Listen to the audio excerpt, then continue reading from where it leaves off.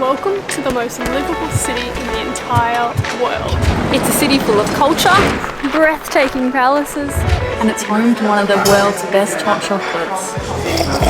We think we're gonna like Vienna.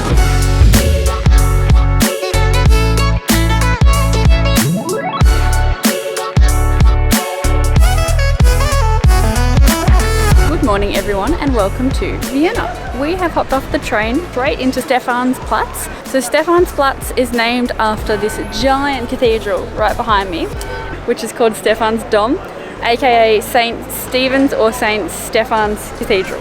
It is one of the world's tallest cathedrals, as you can see behind me, and on the inside it's quite pretty as well. We had a bit of a look. You can go to the top of it.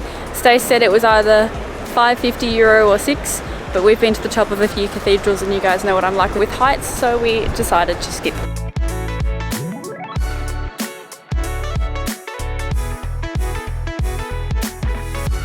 Alright, we have now left Stephansplatz and I'm a bit of a sweet tooth. I'm a little bit parched as well. I think it's time we go get one of the world's best hot chocolates. What do you say?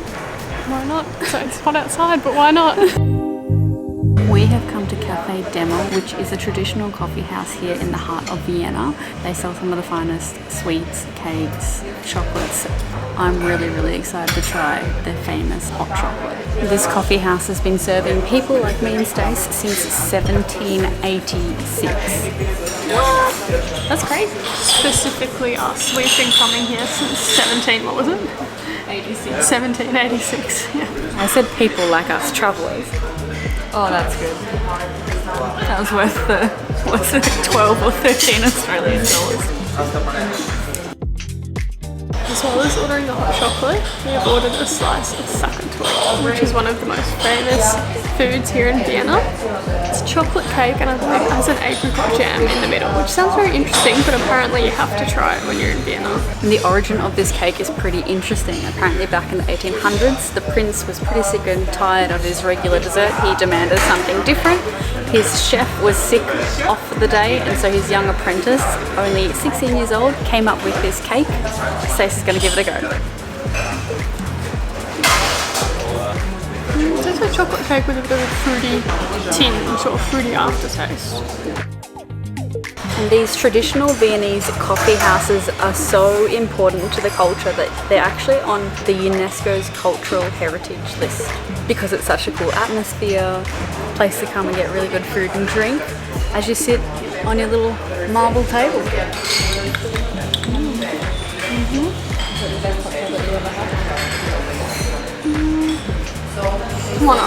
This hot chocolate would definitely be in my top 5. I really do like Max Brenner hot chocolates, and when I was in Venice ages ago, about 9 years ago, I had a hot chocolate and that was really good. We'll put that one to the test again later. Oh, I spoiled it. We're going to Venice, guys. Okay, we've finished up at the cafe. Very good, very nice atmosphere inside, very kind of old looking, which was nice. Hot chocolate was very good, the cake was very good, and we got here just in the nick of time because there is now a big line to get inside, and it is massive on the inside, so that's saying something.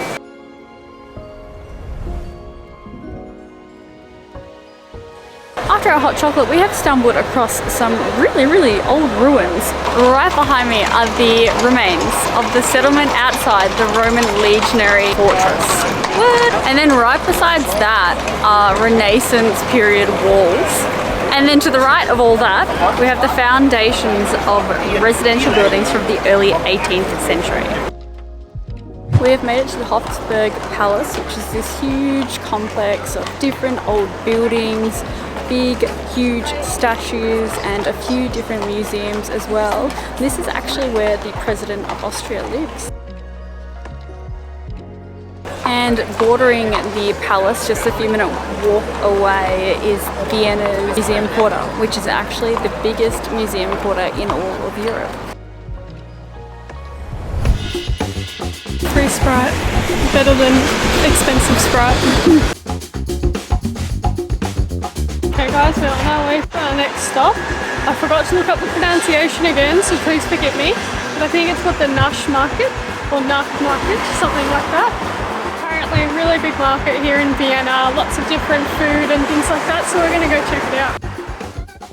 Guys, this place is really cool so far. The way that we walked in through what I think must be the kind of like restaurant, maybe fancy restaurant area. It's quite appetizing, quite tempting. If we hadn't spent our daily budget on my hot chocolate this morning, maybe we would have had lunch, but not to be. Guys, they also have some smaller food stalls with stuff like noodles, kebabs, baklavas, you name it.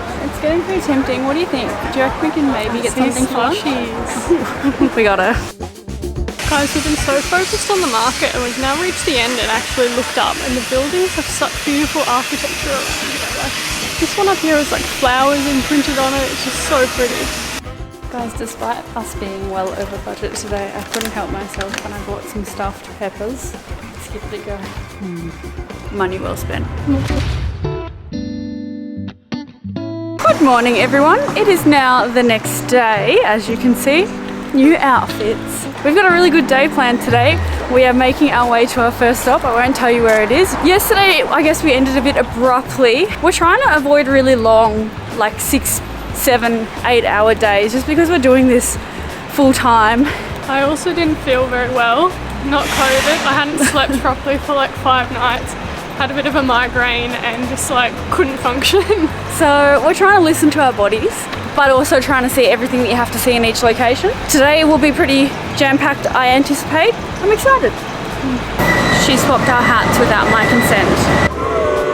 Guys, we're lost, which is kind of ironic because where we're going is like really, really huge. So I don't understand how we're lost. We thought it would be safest to follow the big school group, and I feel like they got us lost.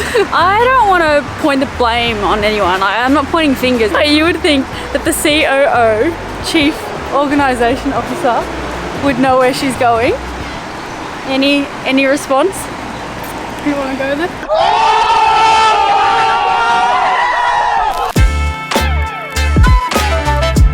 We are at the Schonbrunn Palace here in Vienna. It's the most visited tourist attraction here. It's absolutely huge. I don't know how we got lost.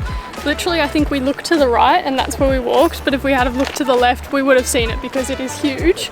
The whole grounds are absolutely massive. We're gonna go for a wander through the gardens.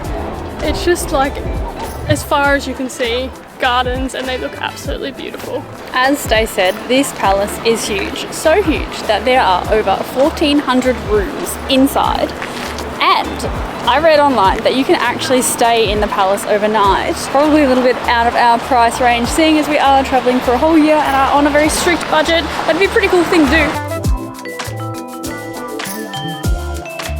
So since arriving in Vienna, I have learned that Vienna is the birthplace of many different things, such as the croissant, not France, Vienna, also the snow globe.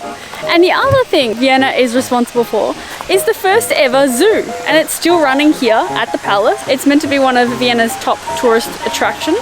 The zoo was opened in 1752 and still welcomes visitors today, which is pretty amazing.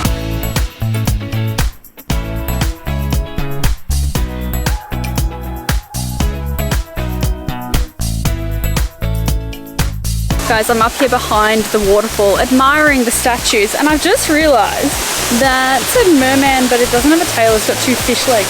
Fish legs. Guys, the horses are seahorses. They're actual seahorses.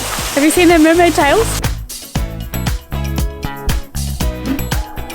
Not only is the palace building huge, but the grounds are just massive. Like, we've really not even left like the entrance type area, like when you walk behind the building and there's this beautiful gardens. We're only just now venturing up a bit further because it's just so beautiful, so many good photo spots. Very nice. And everything's so open, so you walk for ages, but then you look back and it doesn't feel like you've walked very far. And because it's so open, it does make for so many nice picture spots. We're walking up a giant hill right now, over past the fountain. Not sure what towards. I'll let you know. And the palace is all the way back there. I don't know what that is, but we're going towards it. I'm super fit.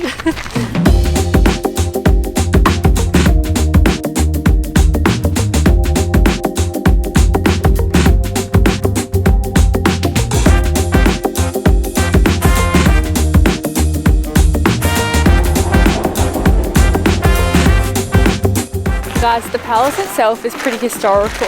I read that it's had a few, well, many pretty famous, well-known people inside. I read that Napoleon held a conference in there, and at the age of 6, Mozart, the prodigy at the time, performed in there. Pretty cool.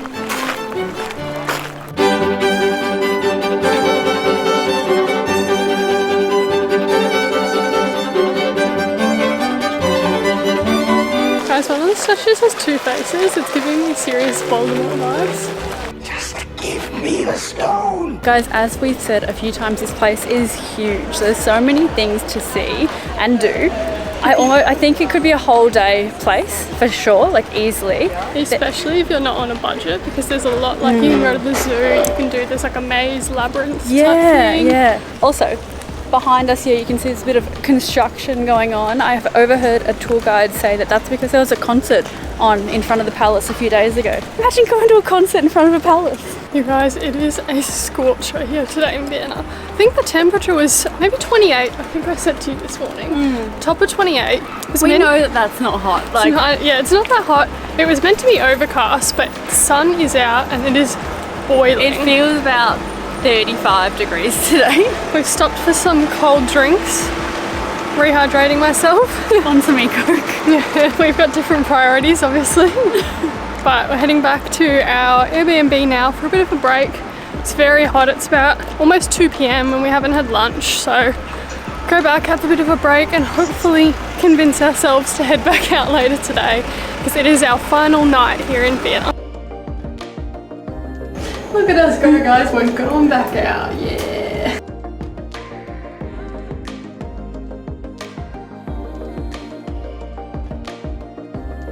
We have come to a rooftop bar for a nice drink tonight. It's called Moons with 3 O's. Moons! It is actually a hotel that has this nice rooftop bar and it has panoramic views of the city, so it's pretty beautiful. We've both gone with an Aperol Spritz. So I was going to say it's our first drink of the trip, but it's not. We did share a beer in Munich. Second drink of the trip. It's nice and refreshing in this warm day today. I know we keep complaining about the weather. The sun's so hot today, guys. We just need to get somewhere where we can swim. If only. It's not our next stop, don't get your hopes up. Alright guys, we finished up at the rooftop bar. It was really nice. Those panoramic views are really something, right? It was a lovely way to finish our final day in Vienna. Yeah, We've not had a night. Well, we've not really been out at night, but No. we've not had a night without where we've just had a drink and kind of relaxed and took in the scenery. So We saw these really colourful buildings as well as we were walking out. It's very pretty. We've liked Vienna, but as Stacey said, it's our last night. We're on to a new destination tomorrow. It's a secret, as usual, so you're going to have to hit subscribe to find out where we're going. I think you're going to like it. We're there for a decent amount of time, so we'll see you tomorrow. Bye.